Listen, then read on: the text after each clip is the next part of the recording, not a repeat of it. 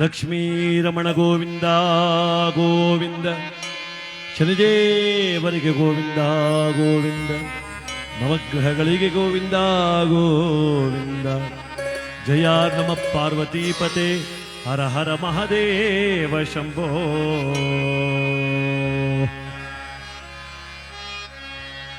ಕಲಿಯುಗದೊಳ್ಳು ಶನಿದೇವನ ನೆನೆದರೆ ಮಾಡಿದ ಪಾಪಗಳ ಪರಿಹಾರ.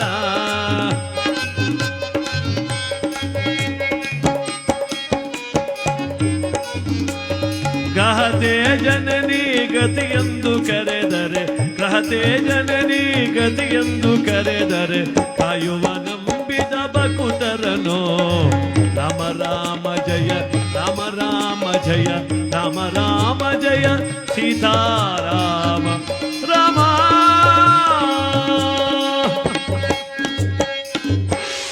ತಂದೆಯಾದ ಮಯಬ್ರಹ್ಮನ ಶಾಪದಿಂದ ಸೌಜ್ಞಾದೇವಿ ಕುದುರೆಯಾಗಿ ಹೋದಳು. ಇಡೀ ಅರಮನೆಯ ಜನರೆಲ್ಲರೂ ದುಃಖ ಮಾಡ್ತಾ ಇದ್ದಾರೆ, ದುಃಖ ಮಾಡ್ತಾ ಇದ್ದಾರೆ. ತಂದೆಯಿಂದ ಶಾಪಯುಕ್ತಳಾದ ಸೌಜ್ಞಾದೇವಿ ಆ ಮಯಬ್ರಹ್ಮನ ಅರಮನೆಯ ಬಿಟ್ಟು ಹೊರಬಂದು ಕಾನನ ಸೇರಿದ್ದಾಳೆ. ಇತ್ತ ಛಾಯಾದೇವಿಯ ತನ್ನ ಪತ್ನಿ ಎಂದು ತಿಳಿದ ಭಗವಾನ್ ಭಾಸ್ಕರ ಸೂರ್ಯದೇವ, ಆ ಛಾಯಾದೇವಿ ಸೂರ್ಯದೇವರು ಸಂತೋಷವಾಗಿ ಆ ಸೌರಮಂಡಲದಲ್ಲಿ ಕಾಲ ಕಳೀತಾ ಇದ್ದಾರೆ, ಆನಂದವಾಗಿ ಕಾಲ ಕಳೀತಾ ಇದ್ದಾರೆ. ಸಂತಸದಿಲ್ಲದಲ್ಲಿ ಸೂರ್ಯದೇವನು ಛಾಯಾದೇವಿಯ ಒಡನಾಡೆ.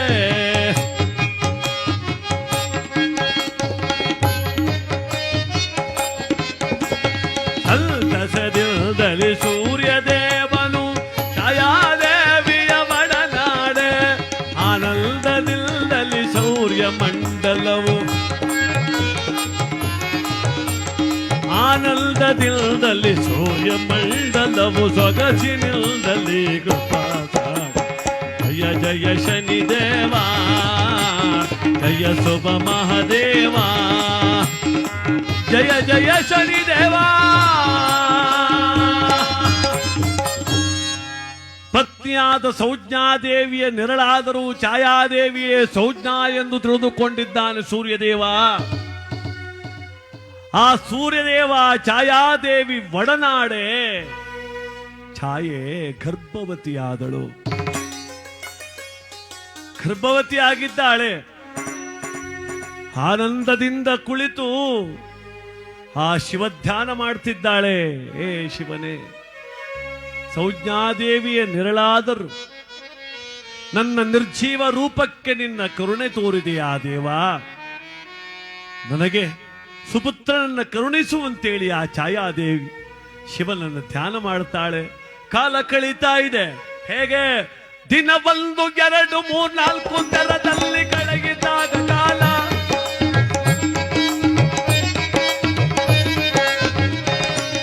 ವಾರ 1 2 3 4 ದರ ಕಳಗಿದಾಗ ಮಾಸ.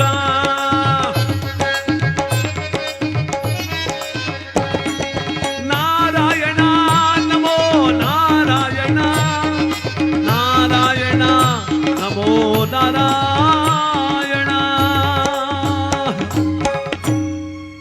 ದೈವಲೀಲೆ ವಿಚಿತ್ರವಾದುದು.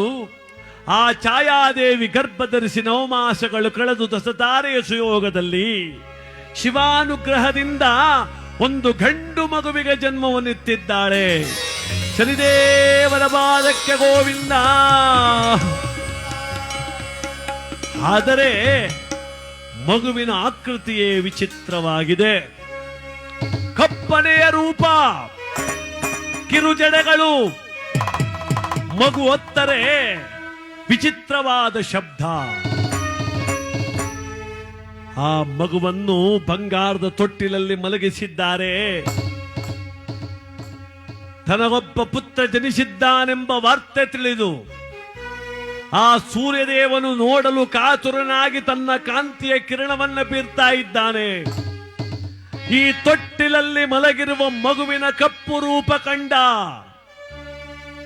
ಸೂರ್ಯದೇವ ನೋಡ್ತಾನೆ. ಕಿರುಜಡೆಗಳು, ವಿಚಿತ್ರವಾದ ಶಬ್ದದಲ್ಲಿ ಕಿರುಚಾಡುತ್ತಿದೆ ಕಂದ. ಕಂಡವನೇ ಎಂದುಕೊಂಡ, ಇದೇನಿದು? ಜಗಕ್ಕೆ ಬೆಳಕು ನೀಡುವ ಸೂರ್ಯದೇವ ನಾನೆಂದರೆ ಪ್ರಕೃತಿಗೆ ಜೀವಾಳ, ಭೂಲೋಕದ ಮಾನವ ಕುಲಕೋಟಿಗೆ ನಾನೇ ಆರೋಗ್ಯದಾತ. ಶ್ರೇಷ್ಠತಮನಾಗಿ ಮೆರೆಯುವ ಈ ಸೂರ್ಯನಿಗೆ ಇಂತಹ ಕುರೂಪದ ಮಗು ಹುಟ್ಟಿದ್ದಾನಲ್ಲ. ಛೇ ಛೇ ಛೇ, ಏನಿದು? ಇಂಥ ವಿಚಿತ್ರವಾದ ಕಂದ ನನ್ನ ಮಗನೇ. ಅಪಮಾನ ಎಂದನು ಸೂರ್ಯ ಮನದೊಳಗೆ ದುಃಖವ ತಾಳುದ.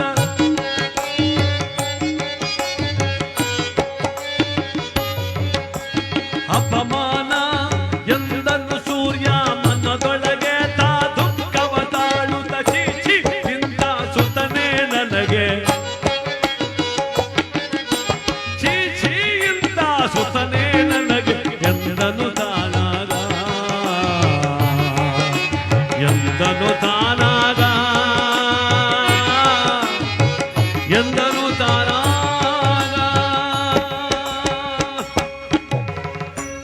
ಜಗ ಚೈತನ್ಯದಾಯಕನಾದ ಈ ಸೂರ್ಯನಿಗೆ, ಕಾಶ್ಯಪ ಗೋತ್ರನಿಗೆ ಇಂಥ ಕಪ್ಪು ರೂಪಿನ ಸುತ ಜನಿಸಿದ್ದಾನಲ್ಲ ಎಂದು ಕ್ಷಣ ಮಾತ್ರ ಬೇಸರ ಪಟ್ಟುಕೊಂಡ ಕ್ಷಣ ತೊಟ್ಟಿಲಲ್ಲಿ ಮಲಗಿದ್ದ ಕಣ್ಣನ ದೃಷ್ಟಿ ಆ ತಂದೆಯ ಮೇಲೆ ಬಿತ್ತು. ಆ ದೃಷ್ಟಿ ತಾಗಿತೋ, ವ್ಯಸನ ಬಂದು ಒದಗಿದ ಸೂರ್ಯ ದೇವನ ಮಡಿಲಿಗೆ ಕೇಳೋ.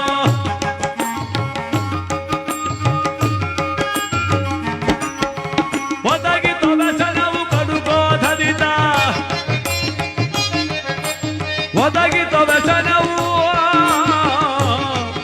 ಸೂರ್ಯದೇವನಿಗೆ. ವ್ಯಸನ ಬಂದೊದಗಿತು. ಸೂರ್ಯದೇವನ ಮನೋಭ್ರಾಂತಿ. ರಥಕ್ಕೆ ಕಟ್ಟಿದ್ದ ಸಪ್ತಾಶ್ವಗಳ ಕಣ್ಣುಗಳು ಮಂಜಾದವು. ಪಥ ಬದಲಾಯಿತು. ಸಾರಥಿಯಾದ ಅರುಣ ದಿಕ್ಕುಗೆಟ್ಟವನಂತೆ ಕುಳಿತ. ಏನು ವಿಚಿತ್ರವೋ ದೇವಾ, ಏನು ವಿಚಿತ್ರವೋ.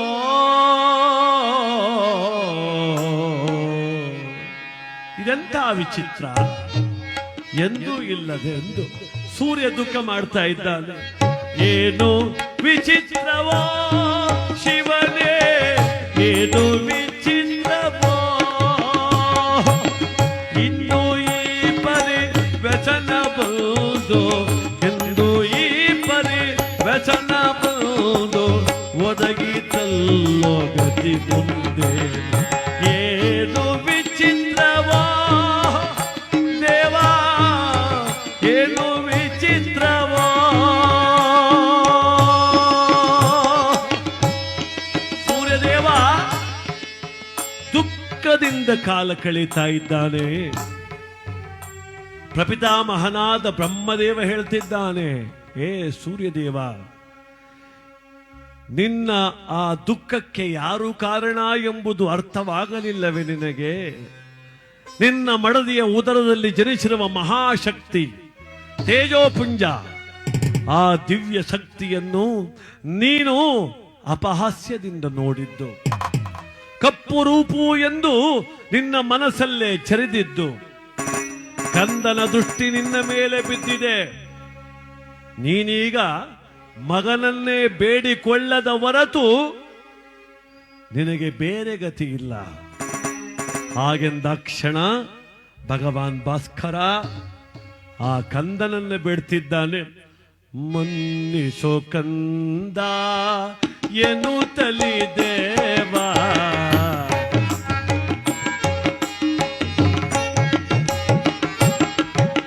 ಮನ್ನಿಸೋ ಕಂದ ಎನ್ನುತ್ತಲಿ ದೇವ.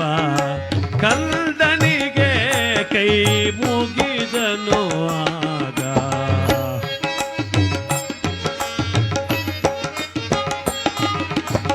ಕಂದನಿಗೆ ಕೈ ಮುಗಿ ನನ್ನನು ಆಗ ಮನ್ನಿಸೋ ಕಂದ.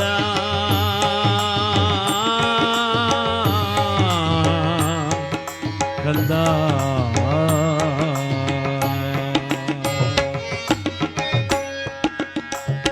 ಕಂದ ನನ್ನನ್ನು ಮನ್ನಿಸು ಎಂದು ಬೇಡಿಕೊಂಡಾಗ ಆ ಕಂದ ಕಣ್ಮುಚ್ಚಿತು, ತಂದೆಯ ಮೇಲೆ ಕೃಪೆ ಬೀರಿತು, ಸೂರ್ಯನ ಮನೋಭ್ರಾಂತಿ ದೂರ ಆಯಿತು, ಸಪ್ತ ಅಶ್ವಗಳ ಕಣ್ಣುಗಳು ಸರಿ ಹೋದವು.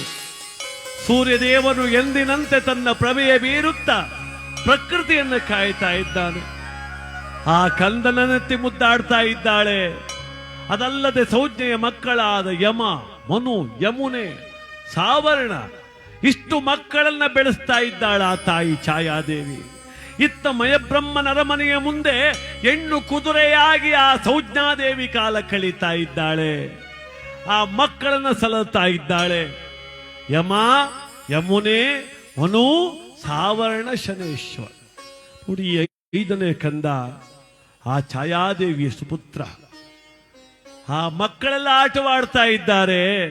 ಬಂಗಾರದ ಚೆಂಡೊಂದನ್ನ ಹಿಡಿದು ಎಲ್ಲ ಮಕ್ಕಳು ಸಂತಸದಲ್ಲಿ ಆಟವಾಡುತ್ತಾ ಸೌರ ಮಂಡದಲ್ಲಿ ಮಕ್ಕಳೆಲ್ಲರೂ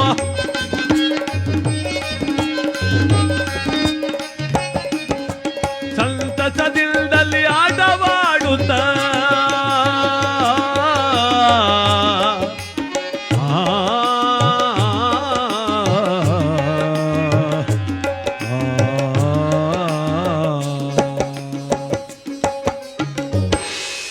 ಆಟವಾಡುವಾಗ ಕಂದನಿಗೊಂದು ಹೆಸರಿಡಬೇಕಲ್ಲ, ಏನ್ ಹೆಸರಿಡೋದು ಅಂತ ಆಲೋಚನೆ ಮಾಡುವಾಗ ಶಂಕರ ಎಂಬ ದಿವ್ಯ ಶಕ್ತಿ ಕಂದನೊಳಗಿದೆ ಎಂದು ಶಕಾರ, ಶ್ರೀಮನ್ನಾರಾಯಣ ಸ್ಥಿತಿ ಕಾಯುವಂತ ಶಕ್ತಿ ಮಗುವಿಗೆ ಬರಲೆಂದು ಸಕಾರ, ಶನಿ ಕೂಡ ಇದೆ.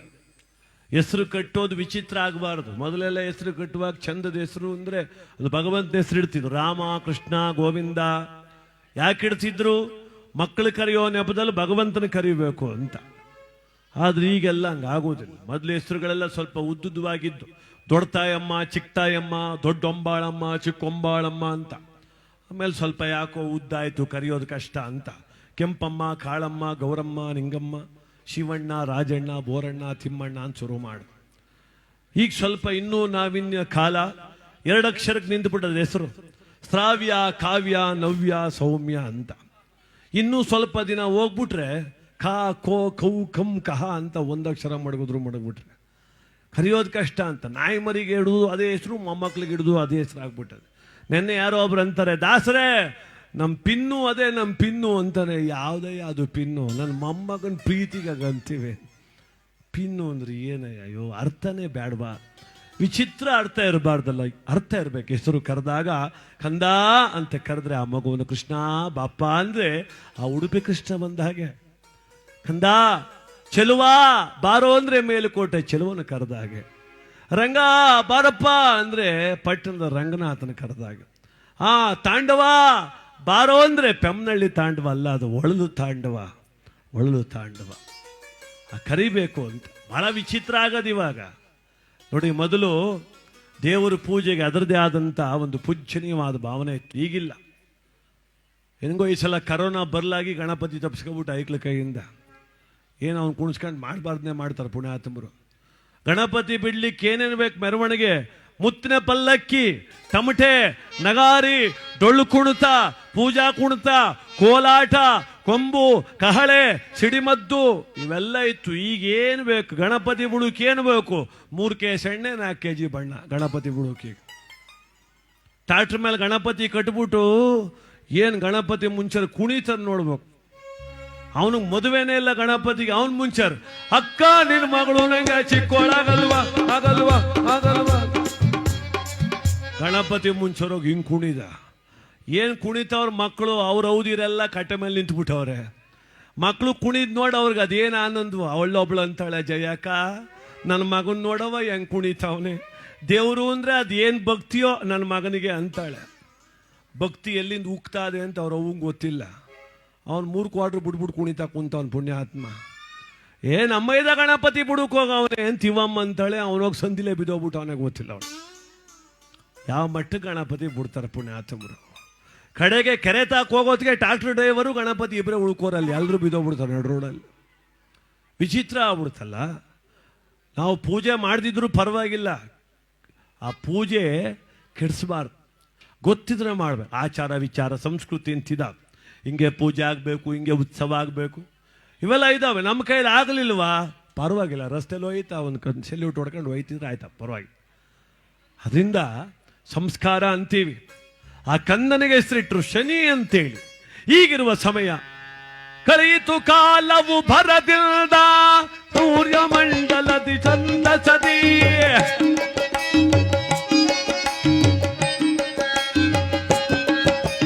ಕಳೆಯಿತು ಕಾಲವು ಭರದಿಲ್ದ ಸೌರ ಮಂಡಲದಿ ಚಂದ ಸದಿ.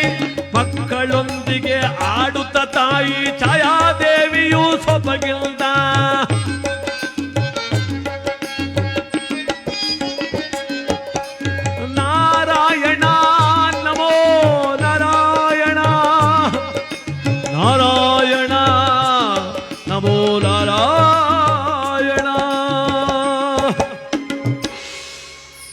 ಹೀಗೆ ಆ ಮಗು ಬೆಳೀತಿದೆ. ಈಗಿರುವ ಸಂದರ್ಭ ಬಂಗಾರದ ಚೆಂಡನ್ನಿಡಿದು ಆ ಯಮ, ಯಮುನೆ, ಮನು, ಸಾವರ್ಣ, ಈ ಶನಿ ಇಷ್ಟು ಮಕ್ಕಳು ಆಟವಾಡ್ತಿದ್ದಾರೆ. ಏನಾಯಿತು? ಒಂದು ಬಾರಿ ಆ ಚೆಂಡು ನನಗೆ ಬೇಕೆಂದು ಶನಿ ಕಣ್ಣೀರಿಡ್ತಿದ್ರೆ ಯಮ ತಿರಸ್ಕಾರದಿಂದ ದೂಡಿದ ಆ ಮಗುವನ್ನ. ಆ ಶನಿ ಪುಟ್ಟ ಬಾಲಕ ತಪ್ಪನೆ ಕೆಳಗೆ ಬಿದ್ದ. ಆ ಛಾಯಾದೇವಿ ಬಂದವಳೆ, ಅಯ್ಯೋ ಪಾಪಿ, ನೀನು ನನ್ನ ಕಂದನನ್ನು ದೂಡಿದೆಯಾ? ಈ ನನ್ನ ಮುದ್ದಿನ ಮಗನ ದುಃಖಕ್ಕೆ ನೀ ಕಾರಣನಾದೆಯಾ? ನೀನು ದೇವನಾಗಲು ಯೋಗ್ಯನಲ್ಲದವನು. ನಿನ್ನದು ಭೂತ ಚೇಷ್ಟೆ, ನಿನ್ನ ಮನಸ್ಸು ಪಿಶಾಚ ಪ್ರವೃತ್ತಿ. ಹೇಳು, ನಾನು ನಿನಗೆ ಶಾಪ ಕೊಡ್ತಿದ್ದೇನೆ. ಈ ನನ್ನ ಕಂದನನ್ನು ನೋಯಿಸಿದ್ದರಿಂದ ಯಮ, ನೀನು ಭೂತ ಪಿಶಾಚಿಗೆ ಒಡೆಯನಾಗುವಂತ ಶಾಪ ಕೊಡು. ಯಾವಾಗ ಪತ್ನಿ ಆ ಶಾಪವಿತ್ತಳೋ, ಸೂರ್ಯದೇವನು ರಭಸದಿಂದ ಬರ್ತಿದ್ದಾನೆ. ಬಂದ ಭಾಸ್ಕರ ಬರದಿ ಬಂದ. ನಿಲ್ಲು, ಬಂದ ಭಾಸ್ಕರ ಬರದಿ ಬಂದ. ಕ್ರೋಧವಿಲ್ಲದಲ್ಲಿ ಕೆಡಿಯ ಕಾರುತ್ತ ಬಂದ. ಕ್ರೋಧದಿಂದಲೇ ಕೆಡಿಯ ಕಾರುತ್ತ ಬಂದ. ನಭೋ ಮಂಡಲವೇ ಬೆರೆಯುವಂತೆ ತಾ ಬೆಂಕಿಯ ಉಗುಳುತ್ತ ಬಂದ.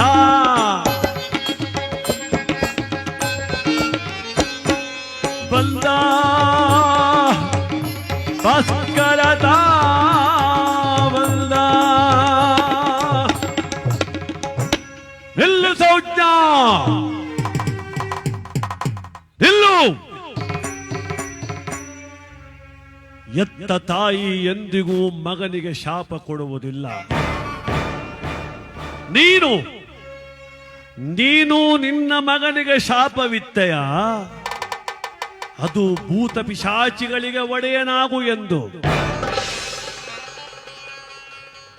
ನನಗೀಗ ಅರ್ಥವಾಗುತ್ತಿದೆ.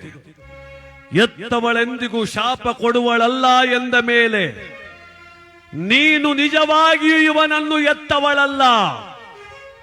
ಹೇಳು, ಯಾರು ನೀನು? ನನ್ನ ಸೌಜ್ಞ ಅಲ್ಲ. ಯಾರು ನೀನು? ಖಡಗಡ ನಡುಗಲು ಛಾಯಾದೇವಿ ಕಣ್ಣೀರಿಡುತ್ತಲಿ ನಿಲ್ದಳೋ.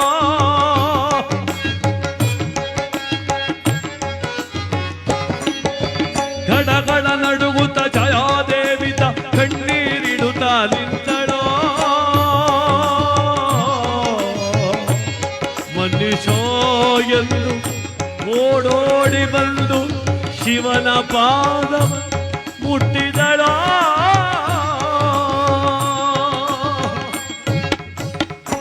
ಓಡಿ ಬಂದು ಆ ಛಾಯಾದೇವಿ ಸೂರ್ಯದೇವನ ಪಾದವಿಡಿದಳು. ಮನ್ನಿಸು ನನ್ನೊಡೆಯ, ಮನ್ನಿಸು. ಹರಿಯದಗೈದ ಅಪರಾಧ ಮನ್ನಿಸು. ಅವನು ನನ್ನ ಮಗನೇ, ಕೋಪದಿಂದ ಶಾಪವಿತ್ತನಷ್ಟೇ. ಇಲ್ಲ ಇಲ್ಲ, ಎತ್ತವಳಾಗಿದ್ದರೆ ನೀ ಶಾಪ ಕೊಡಲು ಸಾಧ್ಯವೇ ಇಲ್ಲ. ಉಸುರುವೆಯಾ ನಿಜ ವೃತ್ತಾಂತವ? ಇಲ್ಲವಾದರೆ ಕಿಡಿಬೀರುವ ನನ್ನ ಕಂಗಳಿಂದ ಸುಟ್ಟು ಭಸ್ಮ ಮಾಡಿಬಿಟ್ಟೇನು. ಸೂರ್ಯದೇವನ ಆಗ್ರಹಕ್ಕೆ ಬೆದರಿದ ಛಾಯಾದೇವಿ ಕರಜೋಡಿಸಿದ್ದಾಳೆ. ಅಯ್ಯ, ನಿಜ ವಿಚಾರವನ್ನು ಅರ್ಹುತ್ತೇನೆ, ಆಲಿಸು. ನಿಜವಾದ ಪತ್ನಿಯು ನಾನಲ್ಲ, ಸೌಜಯ ನೆರಳು ನಾನಾದೆನಲ್ಲ. ನಿಜವಾದ ಪತ್ನಿಯೋ ನಾನಲ್ಲ.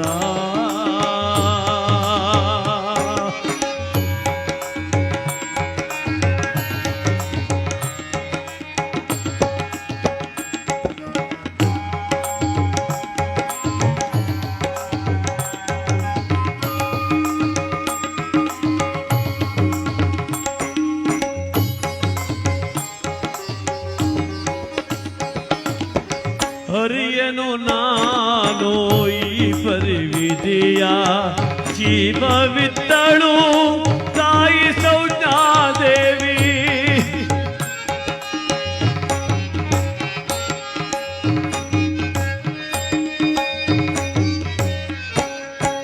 ಹರಿಯನು ನಾನು ಈ ಪರಿವಿಧಿಯ, ಜೀವವಿತ್ತಳು ಸೌಜ್ಞಾದೇವಿ.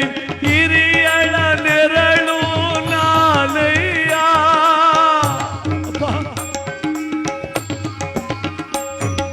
ಹಿರಿಯಳ ನೆರಳು ನಾನಯ್ಯ. ದೇವಾ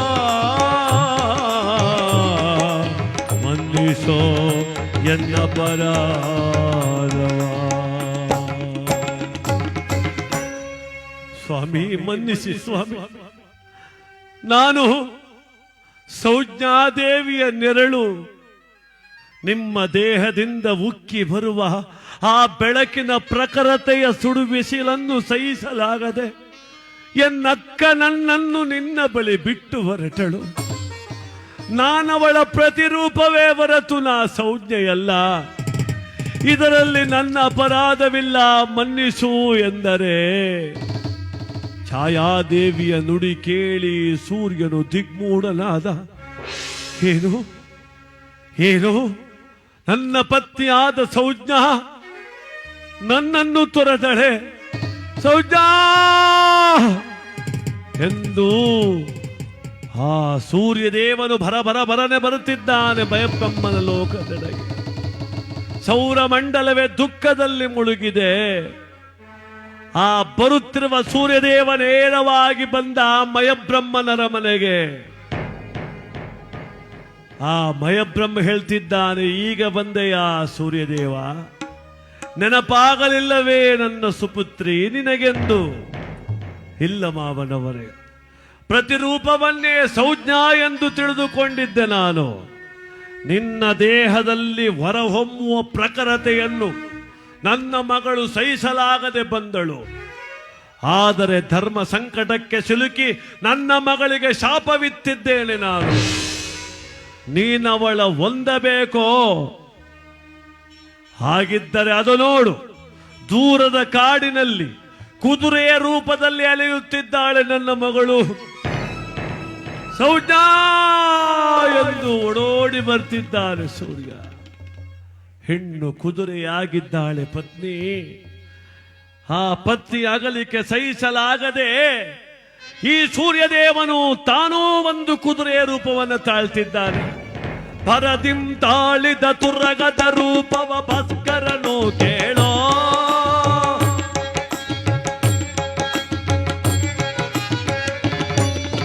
ಭರದಿಂ ತಾಳಿದ ತುರಗದ ರೂಪವ ಭಾಸ್ಕರನು ಕೇಳೋ. ಆನಂದದಿ ಪತ್ನಿಯ ತಾನು ಒಡನಾಡಿದ ನಾಗ.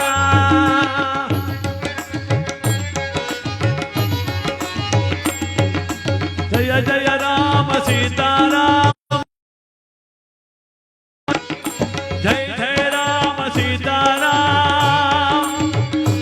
ಜಯ ರಾಮ ಸೀತಾರಾಮ. ಅವನೊಂದು ಕುದುರೆಯ ರೂಪ ತಾಳಿ ಪತ್ನಿಯೊಡನೊಡನಾಡಿದ.